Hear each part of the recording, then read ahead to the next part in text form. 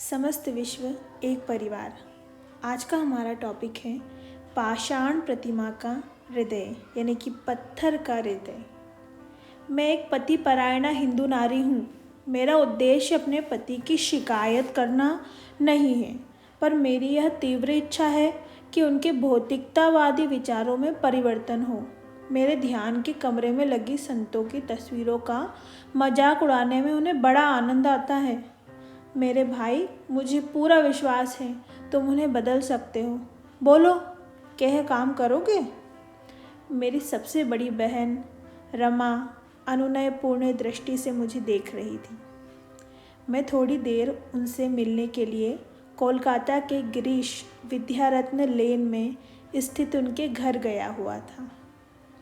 उनकी इस अनुनय ने मेरे हृदय को छू लिया, क्योंकि मेरे बाल जीवन पर उन्होंने गहरा आध्यात्मिक प्रभाव डाला था और माँ की मृत्यु के बाद परिवार में आई रिक्तता को भी भरने का अत्यंत प्रेम पूर्वक प्रयास किया था। प्रिय दीदी, मुझसे जो कुछ भी हो सकता है वह सब मैं अवश्य करूँगा। उनके सदा शांत और प्रफुल्ल चेहरे पर छाई उदासी को दूर करने के उद्देश्य से मैं मुस्कुराया। ईश्वर के मार्गदर्शन के लिए थोड़ी देर रमा दीदी और मैं प्रार्थना करते हुए मौन बैठे रहे। 1 वर्ष पूर्व मेरी दीदी ने मुझसे क्रिया योग की दीक्षा ली थी और वे उसमें अच्छी प्रगति कर रही थी। अचानक मन में एक प्रेरणा उठी। मैंने कहा, कल मैं दक्षिणेश्वर के काली मंदिर जा रहा हूँ। आप मेरे साथ आइए और अपने पतिदेव को भी आने के लिए राजी कर लीजिए। मुझे ऐसा लग रहा है कि उस पवित्र स्थान के स्पंदनशील वातावरण में जगन माता उनके हृदय के तार अवश्य छेड़ देंगी, परंतु उन्हें वहां ले जाने के हमारे इस उद्देश्य के बारे में उन्हें कुछ मत बताना। आशान्वित होकर दीदी सहमत हो गई। दूसरे दिन तड़के ही रमा दीदी और उनके पतिदेव जीजा जी को दक्षिणेश्वर चलने के लिए तैयार देखकर मुझे बहुत खुशी हुई। अपर सर्कुलर रोड से हमारी घोड़ा गाड़ी दक्षिणेश्वर की ओर जा रही थी और मेरे जीजा जी सतीश चंद्र बोस गुरुओं की योग्यता का उपहास करने में आनंद ले रहे थे। मैंने देखा कि रमा दीदी चुपचाप रो रही थी। मैं उनके कान में फुसफुसाया, दीदी मुस्कुराओ। अपने पति को यह सोचकर खुश मत होने दो कि उनके उपहास से हम चिढ़ते हैं। मुकुंद, तुम्हें ये निकम्मे पाखंडी अच्छे कैसे लगते हैं? सतीश बाबू बोल रहे थे, यानी कि मेरे जीजा जी। साधुओं को तो देखकर ही घिन आती है। या तो वे एकदम हड्डियों का ढांचा होते हैं या फिर हाथी की तरह मोटे। मैं हंस हंस के लोटपोट होने लगा। यह प्रतिक्रिया देखकर सतीश बाबू नाराज हो गए और एकदम गुपचुप बैठे रहे। जैसे ही हमारी घोड़ा गाड़ी दक्षिणेश्वर के मंदिर के उड़ाते में पहुंची, उन्होंने व्यंग भरी मुस्कुराहट के साथ कहा, लगता है यह दक्षिणेश्वर यात्रा मुझे सुधारने के लिए की जा रही है ना? कोई उत्तर दिए बिना ही मैं मुड़कर जाने लगा तो उन्होंने मेरा हाथ पकड़ लिया और कहा, युवा सन्यासी महाशय, मंदिर के पदाधिकारियों से बात करके दोपहर के भोजन की ठीक से व्यवस्था करना मत भूलना। सतीश बाबू पुजारियों के साथ स्वयं बात भी नहीं करना चाहते थे। मैं अभी ध्यान करने जा रहा हूँ, भोजन की चिंता मत कीजिए, मैंने तीखे स्वर में कहा। जगन माता उसकी व्यवस्था कर देंगी। मुझे तनिक भी विश्वास नहीं है कि जगन माता मेरे लिए कुछ भी करेंगी, किंतु मेरे भोजन की जिम्मेदारी तुम्हारे ऊपर है। सतीश बाबू का जो स्वर था काफ़ी उग्र था। माँ काली के विशाल मंदिर के सामने वाले नाट्य मंदिर में मैं अकेला चला गया।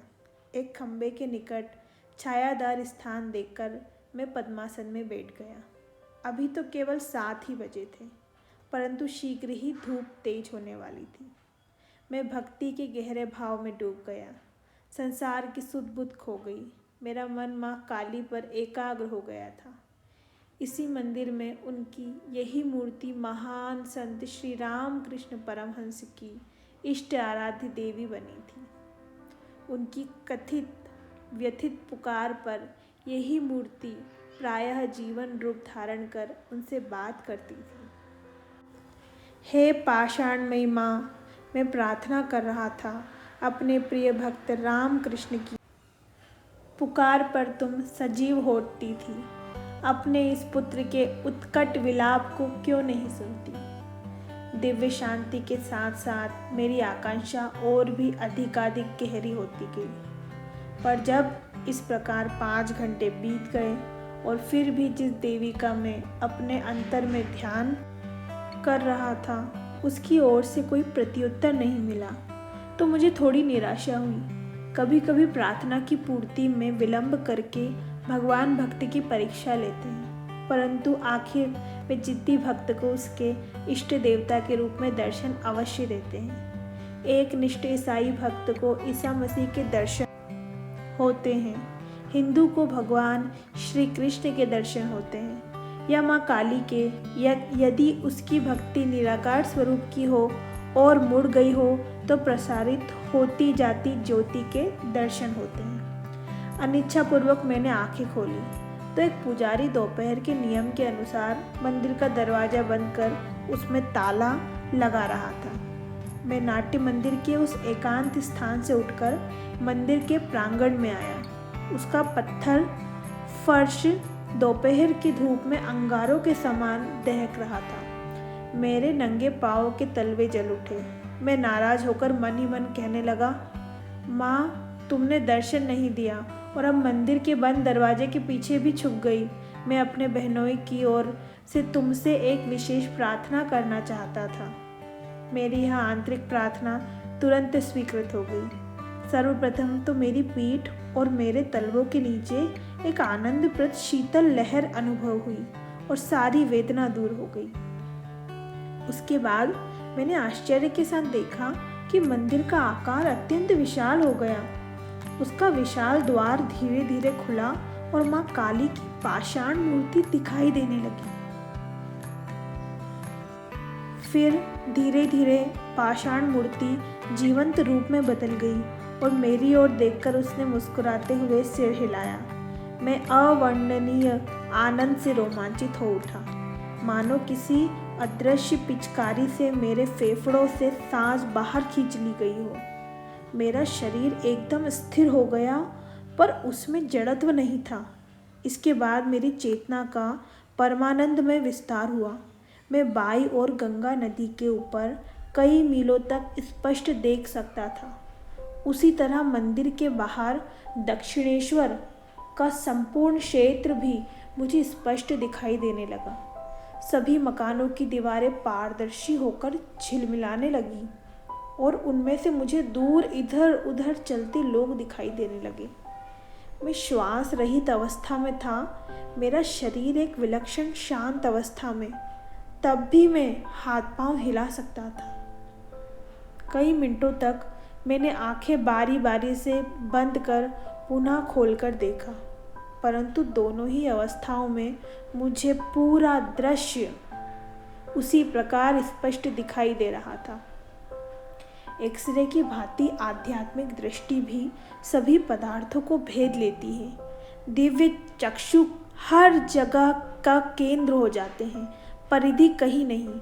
मैंने उस प्रांगण में धूप में खड़े खड़े नए सिरे से यह अनुभव किया कि जब मनुष्य ईश्वर की पथभ्रष्ट संतान नहीं रह जाता और बुलबुले की भांति सारहीन स्वप्नमय भौतिक संसार में लिप्त नहीं रहता, तब उसे अपना अनंत साम्राज्य पुनः प्राप्त हो जाता है।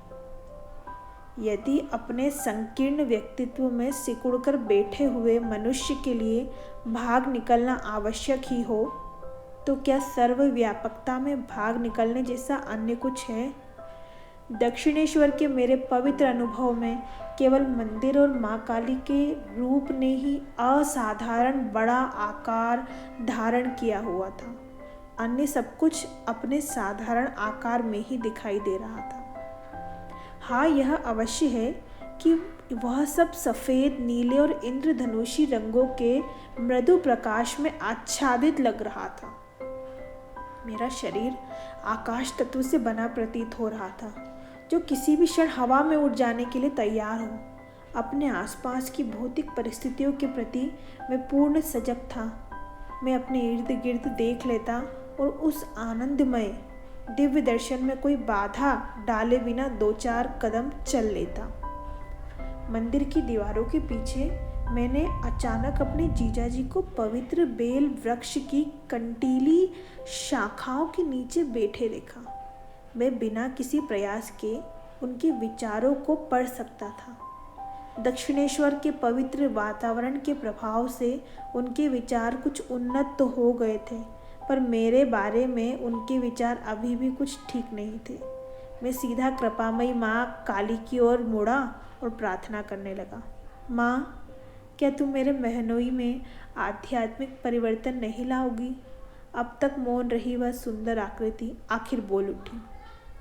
तुम्हारी मनोकामना पूर्ण होगी। मैंने खुश होकर सतीश बाबू की ओर देखा। वे गुस्से में भरे जमीन से उठ खड़े हुए, मानो उन्हें एहसास हो गया था कि कोई आध्यात्मिक शक्ति उन पर कार्य कर रही है। मैंने उन्हें मंदिर के पीछे दौड़ते देखा। शीघ्र ही वे मुझे मुक्का दिखाते हुए मेरे पास आ गए। वह सर्वसमावेशी दर्शन लुप्त हो गया।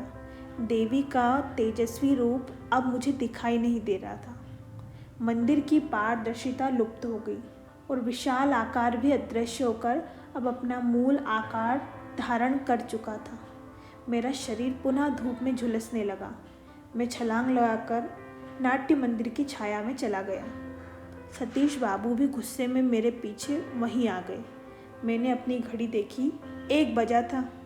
दिव्य दर्शन 1 घंटे तक चला था। अरे मूर्ख, मेरे बहनोई बरस पड़े। घंटों पर घंटे बीत गए और तुम वहाँ पालती मारे आंखें चढ़ाए बैठे रहे। मैंने कई बार आकर तुम्हें देखा और वापस चला गया। कहाँ है हमारा भोजन? अब मंदिर भी बंद हो गया। तुमने मंदिर के पदाधिकारियों से कुछ कहा भी नहीं। अब तो भोजन की व्यवस्था करने के लिए बहुत देर हो चुकी है। देवी के आविर्भाव से अनुभूत परमानंद अब भी मुझ में विद्यमान था। मैं बोल पड़ा, माँ काली हमें भोजन कराएंगी। मैं भी एक बार देखना चाहता हूँ कि पहले से कोई व्यवस्था न रखने पर भी तुम्हारी काली माँ यहाँ हमें भोजन कैसे कराती है। वे चीख पड़े। उनका चीखना पूरा हुआ ही था कि मंदिर पर एक पुजारी आंगन पार कर हमारे पास आया। उसने मुझसे कहा, बेटा, तुम जब ध्यान कर रहे थे तब तुम्हारे मुखमंडल पर मैंने दिव्य तेज देखा था। मैंने आज सुबह तुम लोगों को यहाँ आते देखा था। तभी से मेरे मन में इच्छा हो रही थी कि मैं तुम लोगों के लिए भोजन अलग निकाल रखूं। जो लोग पहले से सूचित करके नहीं रखते, उन्हें भोजन देना मंदिर के नियमों के विरुद्ध है, परंतु तुम पर मैं वह नियम लागू नहीं करूँगा। मैंने उसका धन्यवाद किया और सीधे सतीश बाबू की आंखों में आंखें डालकर देखने लगा। पश्चाताप में अपनी आंखें झुकाकर वे भावुक हो उठे। अब हमारे सामने विविध व्यंजनों से युक्त भोजन परोस दिया गया, जिसमें बेमौसमी आम भी शामिल थे। तो मैंने देखा कि मेरे जीजा जी की भूख मर चुकी थी। वे अनमने से होकर विचार सागर में गोते लगा रहे थे। कोलकाता वापस जाते समय सतीश बाबू नरमाए भाव के साथ यदा कदा मेरी ओर अनुरोधपूर्ण दृष्टि से देख लेते, परंतु मानो उनकी चुनौती के उत्तर स्वरूप पुजारी ने आकर जब हमें भोजन के लिए आमंत्रित किया था, तब से सतीश बाबू के मुंह से एक भी शब्द नहीं निकला था। दूसरे दिन दोपहर को मैं अपनी बहन से मिलने उनके घर गया। दीदी ने अत्यंत स्नेह के साथ मेरा स्वागत किया।